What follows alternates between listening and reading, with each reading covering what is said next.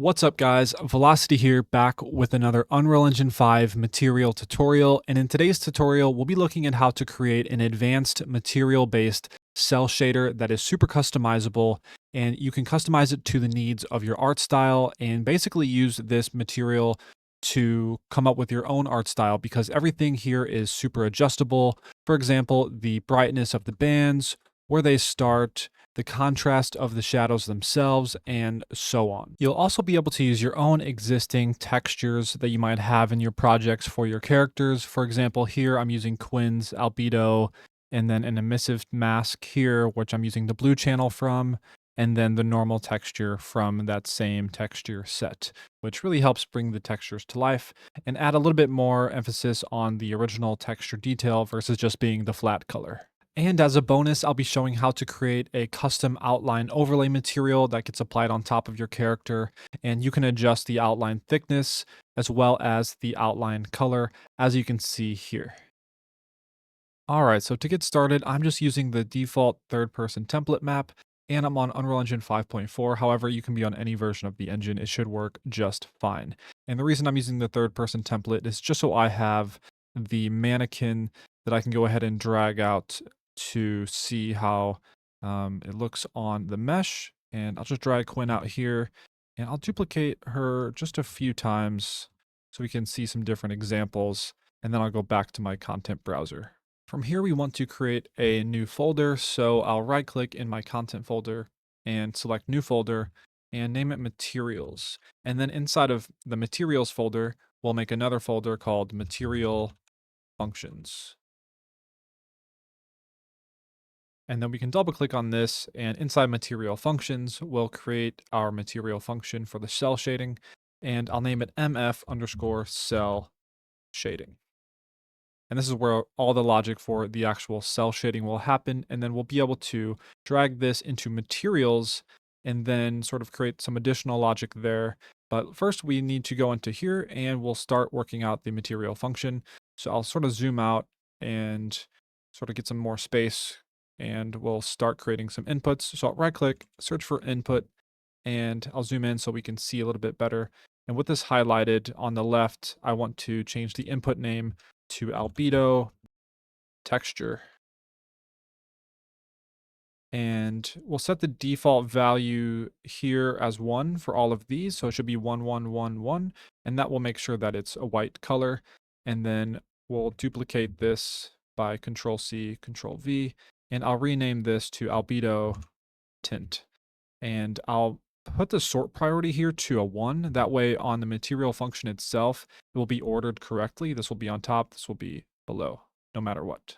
From here, we want to actually multiply these together, and then we can start creating our shadow mask, which will be the sort of logic that helps us create the fake sun inside of our materials.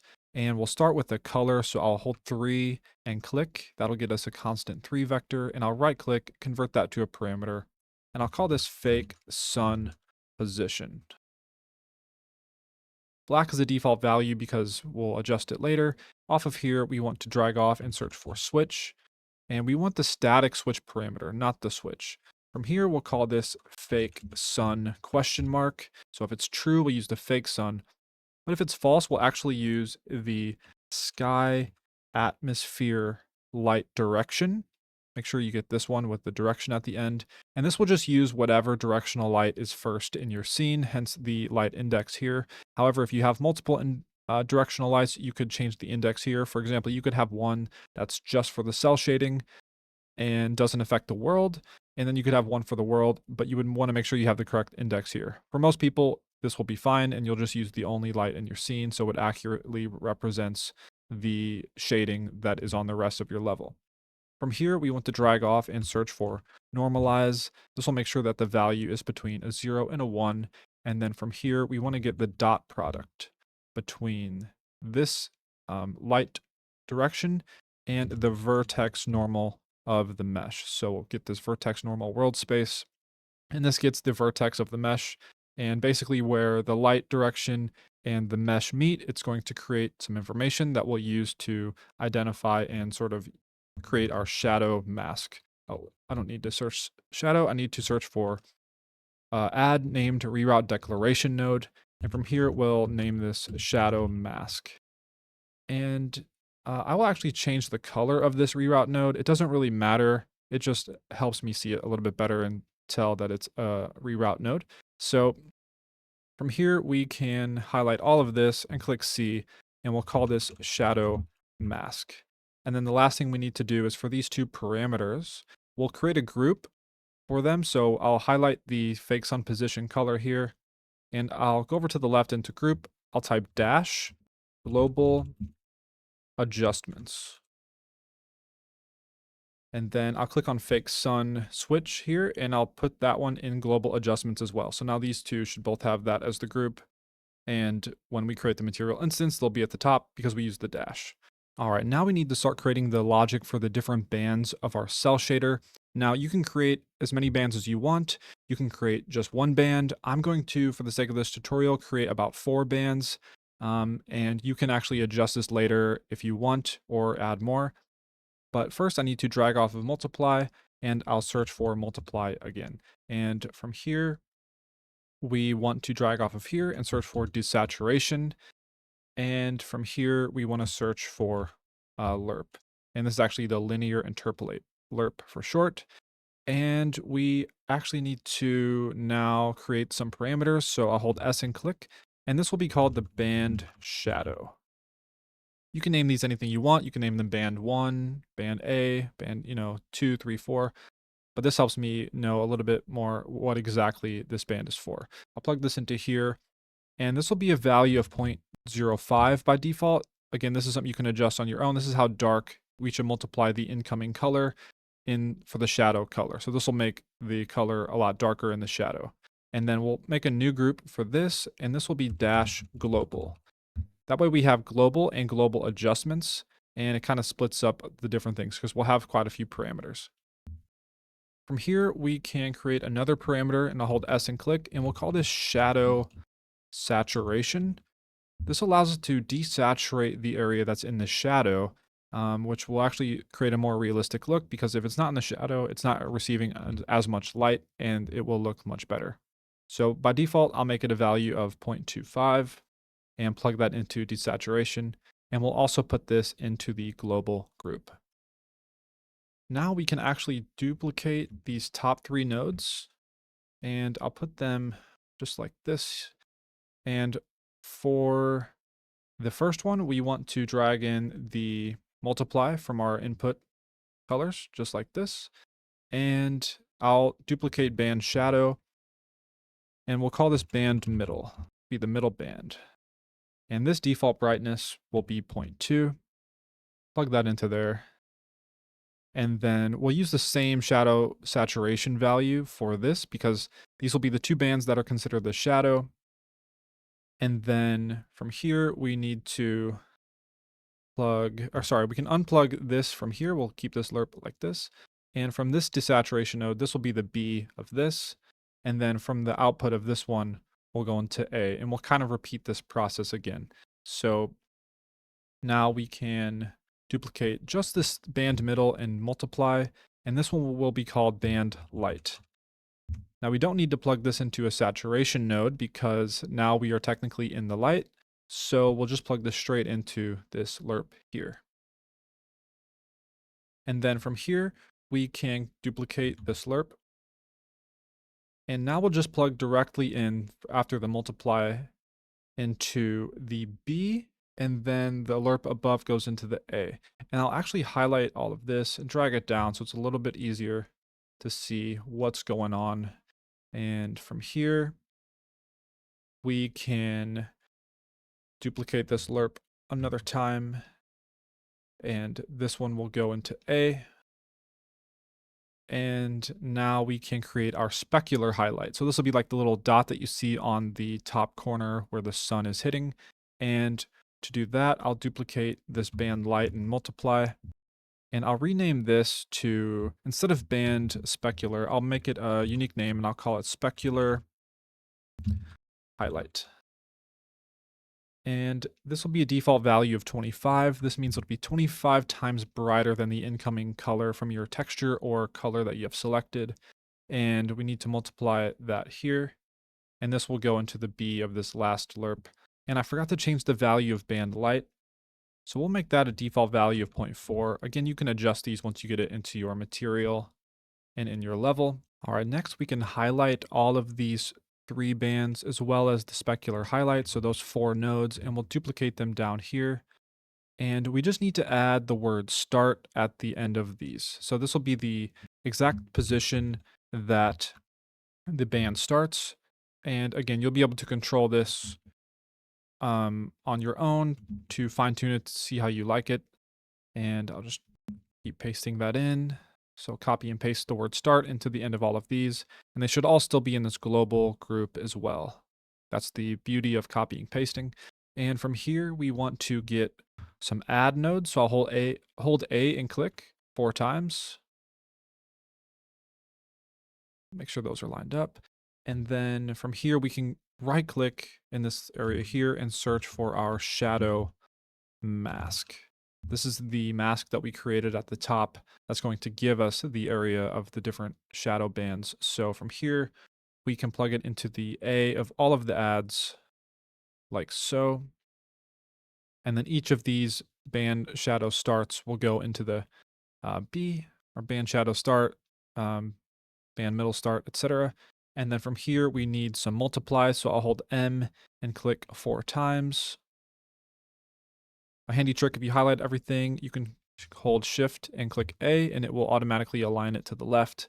And now we can plug in the adds to the B of these multiplies here. And we'll multiply it by a parameter called shadow contrast. By default, we'll set it to a value of 25. This will make it to where the band lines themselves are pretty sharp. If you set this to a value of, for example, 100, you'll get really sharp bands, and we can look at that a little bit later. Now, just to make sure everything's nice and straight, I'll highlight the ones that I want to be on the same level, and I'll hold Shift and press W. Oh, that didn't work out as much as I wanted to. Oh, Q, that's the one. Q. Yeah, there we go. All right, so now that's nice and organized, and we should put shadow contrast into the group global. And now we can drag off of each of these, and we'll plug it into a saturate. I'll just copy and paste it.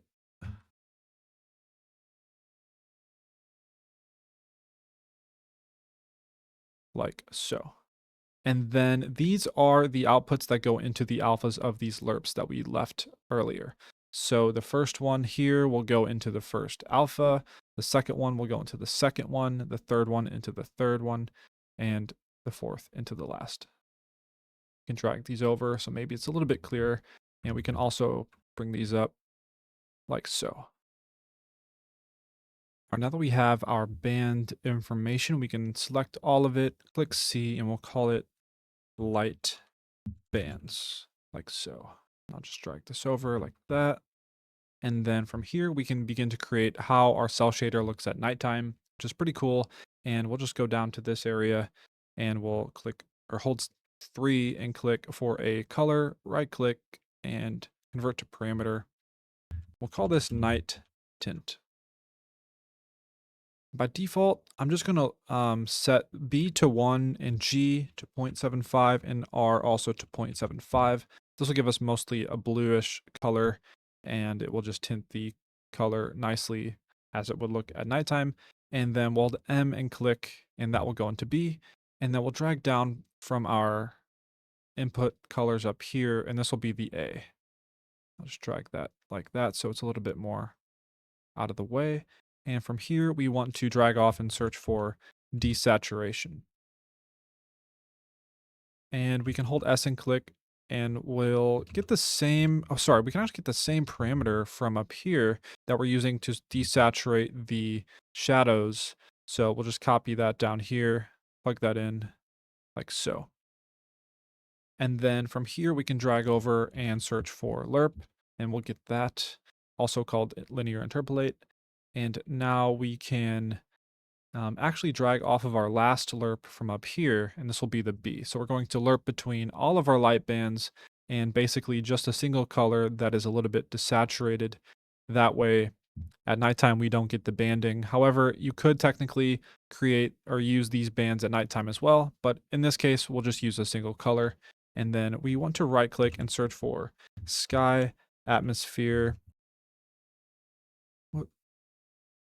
a light direction like we got above. And then from here, we can drag off, search for mask, and we'll get a component mask. And on the left, we want to uncheck R and G, but select B. This will get the up and down vector of the sun. So that way, when it reaches the horizon, we can do some logic. And we want to multiply this by a value. I'll hold 1 and click for a single value, and I'll just multiply it by 10, making the transition a little bit more contrasted so it doesn't happen as quickly when the sun is getting to the horizon. Gives you a little bit more time before it starts to transition to the nighttime version. And then from here, we want to drag off and search for saturate. This makes sure the value stays between 0 and 1 and we don't get any weird visual glitches.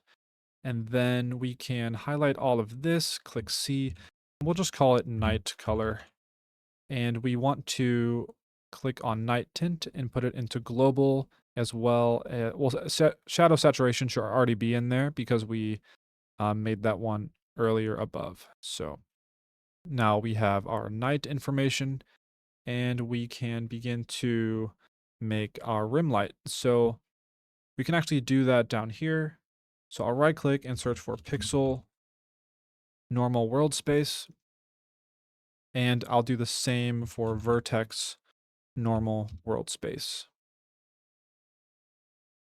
And I'll hold S and click for a, for a parameter. And I want to name this rim bias. And this will be a value of 4. And I'll duplicate this and we'll call it rim contrast. And this will be a value of -20. And then we want to right click and search for dot product. And we want to then search for camera vector world space. And you can either use the pixel normal or the vertex normal. The pixel normal will actually be more accurate. And for example, if you have a normal map on your character or something like that, then it will be more accurate and use it as the sort of information to get the rim light, or you can use the vertex normal, which is not as accurate, but probably cheaper. So what we'll do is we'll put it onto a switch, a static switch parameter, and this will be called use pixel normal question mark. And if it's true, we'll use the pixel normal. And if it's not true, we'll use the vertex normal. And by default, we'll have it off, but you can mess around with this and turn it on if you want to see the difference in your materials.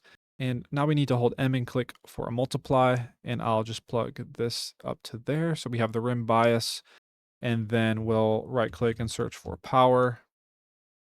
And this will be the exponent for the contrast, and then we'll plug the multiply into the base.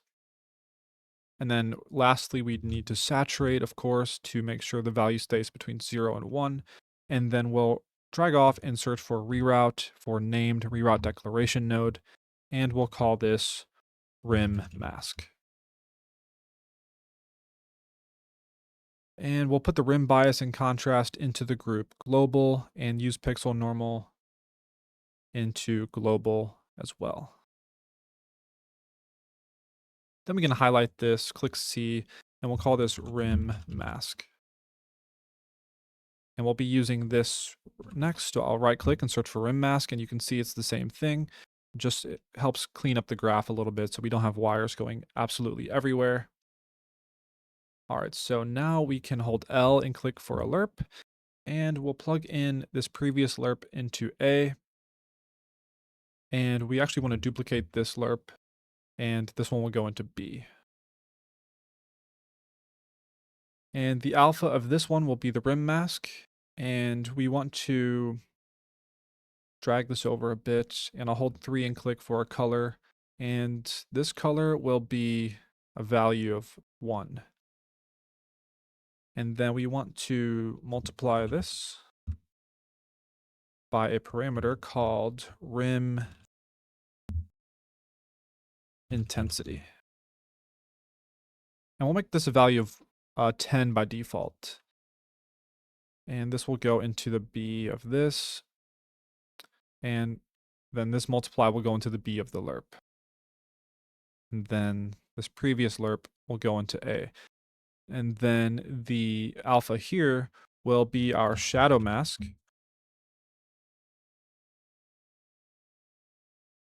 Like so.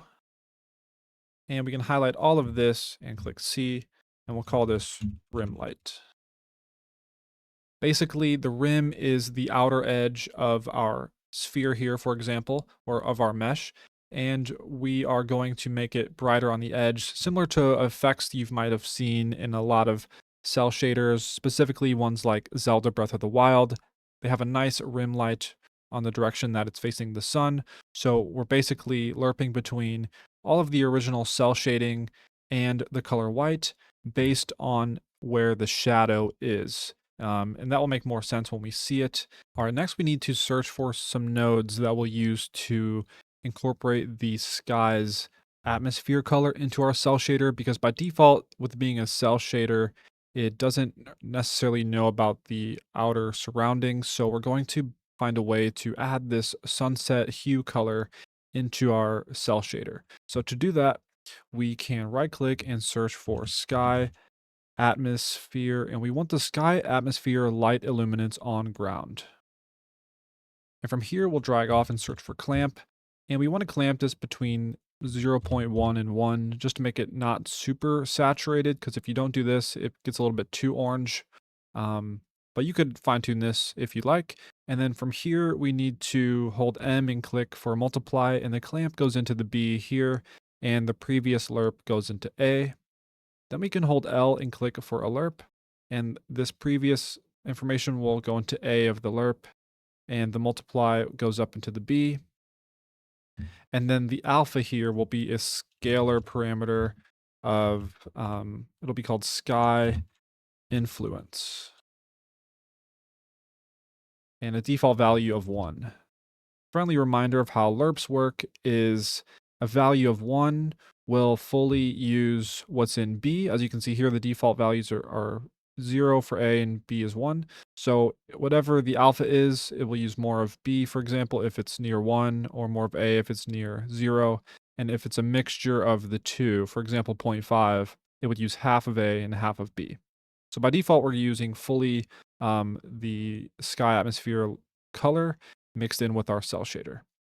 And then we can highlight this, click C, and we'll call this add sky color. And then we want to highlight sky influence and make sure it's in our global group. And then from here, we can drag off, and we're going to search for, well, we'll get a multiply first. And then we need to right click and search for view property. And this is a handy trick that's going to let us fix the problem that we would have with lumen, with it being too exposed. So we need to highlight this node, and on the left with the drop down, we need to find pre-exposure. And then we want to use the inv property, which is inverse property. And this makes it to where the emissive values don't get too overexposed. Now I'm going to highlight that and click C, and we'll call this exposure and lumen fix. And then from here, we can find our result and plug it in here. You might have to name yours. So it looks like I already had it named, but if you highlight this, it'll say result here, and just call it color. And that is the output of the material function. And the very last thing that I forgot to do is back in our bands here, we need to fix these values. So the band shadow start should be 0.5. The band middle start should be 0. The band light start should be negative 0.5. And the specular highlight start should be negative 0.975. Oh, whoops, negative 0.975. And you can kind of see it starting to come together, but we have to do one more thing, and that's to put a saturate on the end of this shadow mask. I forgot to do that as well. Now you can see the 4 distinct bands, and in the middle here, this is where our middle band starts, and you can see that's where our rim mask is also ending as well. And then you can see over here we have our nice specular highlight, and that's controlled with the specular highlight start here. And once we make a material instance, we can adjust all of these things on their own and really fine tune to our art style. Now I'll click save, and we can go ahead and close the MF cell shading and go back to our materials folder. And this is where we can create the sort of master material for our cell shader. But I guess before we do that, we should make a folder in here called cell shading. And we'll go into here, right click, and now we'll make a material. And this will be called M underscore cell. Nice and short so we know it's the master material. And now that we have this, we can open it up. And now I can actually drag this and dock it next to my map. And then I'll go back to the folders and I'll go find my material functions folder. And then I can click and drag MF cell shading up to my M cell and drop it in here. So now we have our function inside of our material.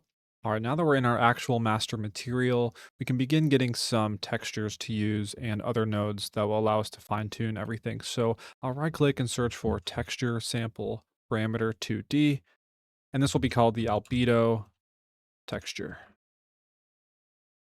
And we'll put this into a group. We'll call it textures. And we'll make the default value a white texture. So you can just search white on the thing here and just get any white texture that's in your project. I know that the engine comes with some, so you should be able to find just a blank white texture or a base, and then we'll plug that into albedo texture. And then we can hold 3 and click for a color, and then I'll right click, convert to parameter, and we'll call this albedo tint. And then I'll double click on that to open the color wheel, set it to be fully white, click OK, and then on the group here on the left, we'll put it into a group called color. Then drag this into there. And those are our 2 inputs that we made in our function. And then from here, we can drag off and search for add. And then now we can actually copy the albedo texture, and we'll rename this to emissive texture. This is going to be a texture you can use if you want. By default, it will be okay if you don't, but we want to basically have the option to use an emissive texture to layer on top of our cell shader.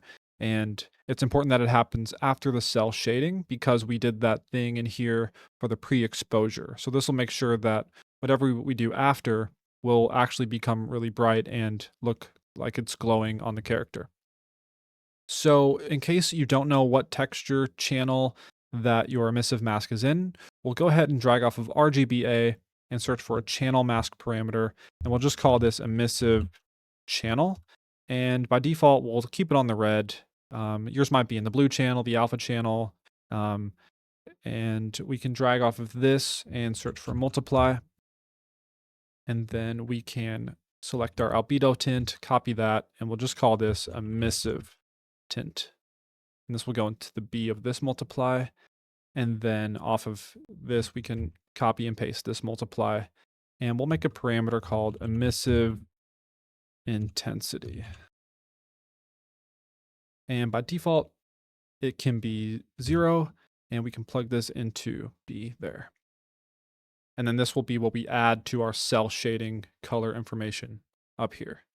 And then what we can also do is hold 3 and click for a color, and we'll leave this as black, and we'll plug this into base color because we're actually not using the base color to color our material. We're going to be using the emissive color. So we'll drag from emissive color into our add, and I'll just highlight everything here and put that as straight as I can. Next, we can just select the emissive texture here and copy and paste it, and we'll call this normal texture. And with this selected, we can hit the drop down here and just search for flat normal. And there should be a flat normal in the engine for you somewhere. Here's one. It says the path here is engine material. So I'll select that. And then I'll drag off of this and search for flatten normal. And this will allow us to control the intensities. So I'll get a parameter for that, and I'll hold S and click. call this normal intensity. And by default, it'll be a value of 1. And we'll put it in a new group called controls. And we want to drag off of this and do a 1 minus, and then plug it into flatness. That way, 1 is a value that means it's a full strength, and 0 would be off, versus usually without this node here, it would be inversed. So this makes it a little bit more easier to understand when you're actually like messing with the material instance and whatnot. From here, we can plug it into normal. And then we can just right click on specular, promote it to parameter, roughness, promote it to parameter, and anisotropy, promote it to parameter. And we'll drag this up here. And that should be about it. So an important thing to note about the specular is with this at 0, you'll get absolutely no shine at all.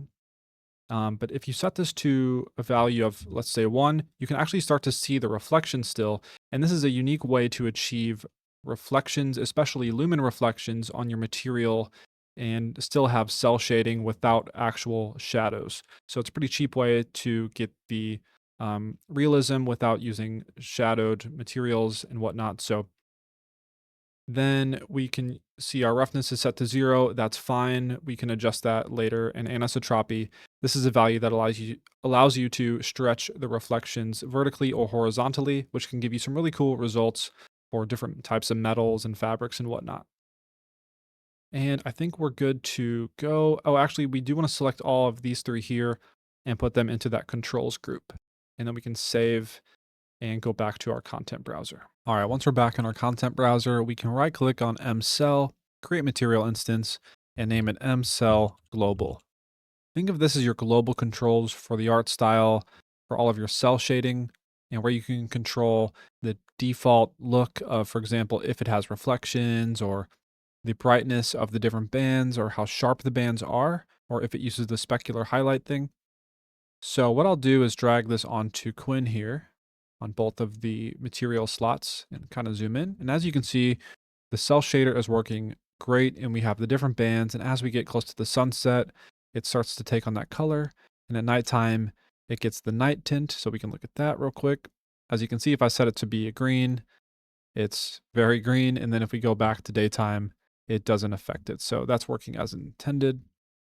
And we can check on the rest of these as well.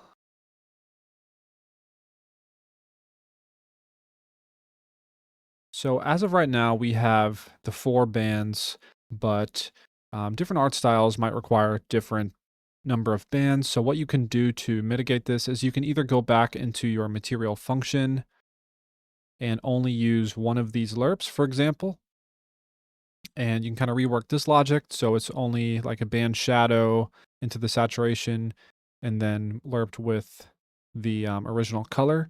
And that would bypass all of that stuff. Or you could just simply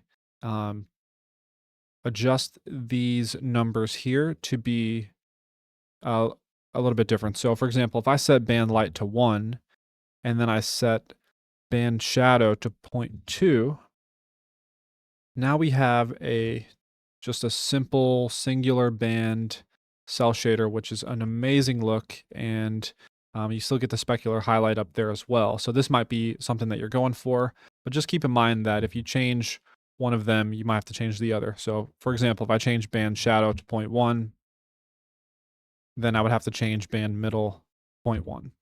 And the starts obviously control sort of where those start. So real quickly, I'll just revert all of these. So I go back to my 4 bands, and then if I, for example, adjust band light start, you can see it adjust that starting point of that. So you can mess around with those and make them to your liking. I do recommend leaving the middle band at 0 though, because that's kind of where the shadow would realistically cut off. And then scrolling down, the rim controls here control the rim start point, the rim contrast, and how bright it is. And then the shadow contrast is something I recommend everybody to mess around with, because it really can take your art style to a different level. For example, if I lower this, it softens it. And then if I increase it a lot, it makes it really sharp, sort of cell shaded look, which is pretty nice actually. So you can mess around with that. I like a value of 25, keeps it nice and sharp, but also a little bit soft, so it's not super, super sharp. And then the saturation control here, if you change your color, for example, to red, reddish orange, then if you go to shadow saturation and set it to 1, you can see not anything in the shadow is fully desaturated. So that's why I like a value of like 0.5 or 0.25, but not 0 because then it's like too saturated. So I like that. And then sky influence is just how much the sky influences that overall look. So a value of 1 makes it pretty accurate to how it looks in the rest of the scene. So I do recommend leaving that at 1 if you are using the directional light. And the specular highlight is this little highlight here. As you can see, I can adjust that brightness and where that starts as well. Now, one thing I will bring up is these controls down here. Right now I have specular at 1. That's if I want to use sort of the realistic reflections. As you can see, we get the clouds there. And if I set this to 0 and back, you can see that more obviously. Now, if you do want to use the realistic look with the specular, I do recommend to turn off the specular highlight. So for example, if I put roughness to 0.2, you can see that now we have 2 specular highlights. So what I like to do is to set specular highlight to a value of 1. This will make it go away. A value of 0 will go black, so don't do that. But 1 makes that disappear and gives you that nice realistic specular, which is pretty nice compared to the other one.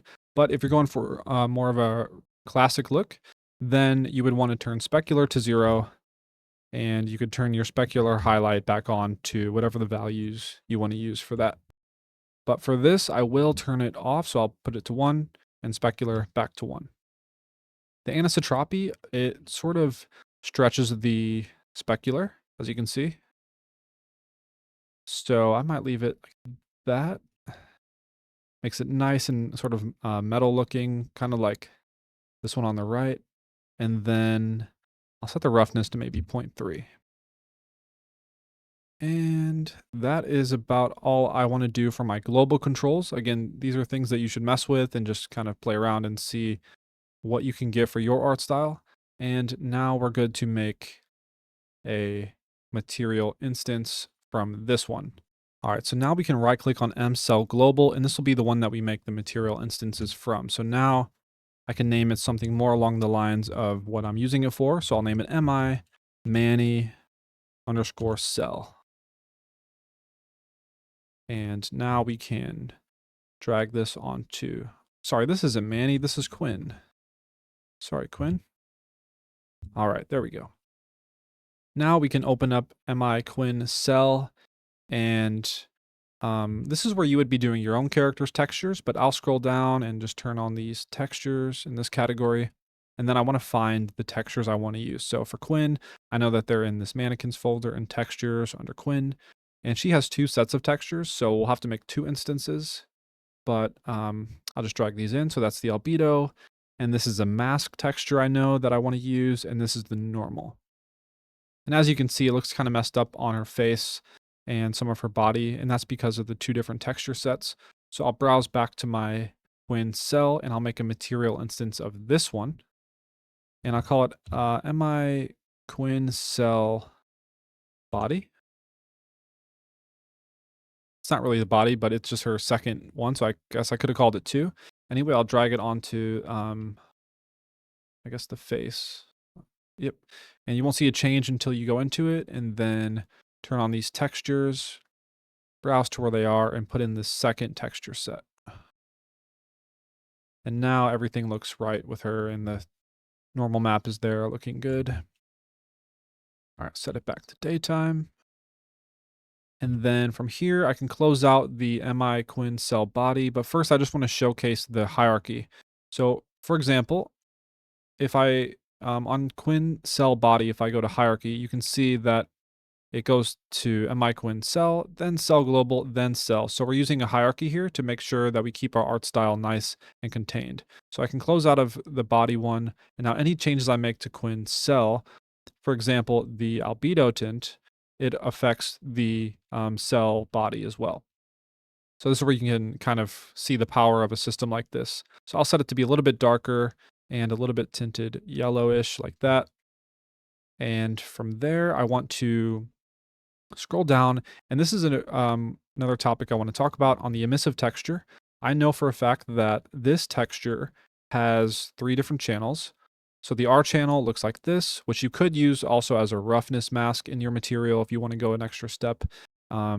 Then the G channel looks like this, and the B channel looks like this. And this is what we want. We want a black texture with white accents that we can use as our emissive mask. So what I'll do is I'll go back to Quinn's cell, and on emissive channel, I'll set it, instead of red, I'll set it to blue because that's what it is on here.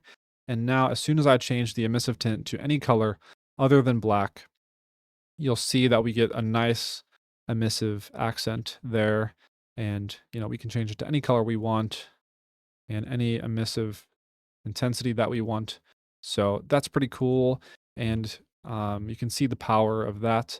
Now, just as a refresher, I want to create another version of this just so we can kind of understand the hierarchy once more.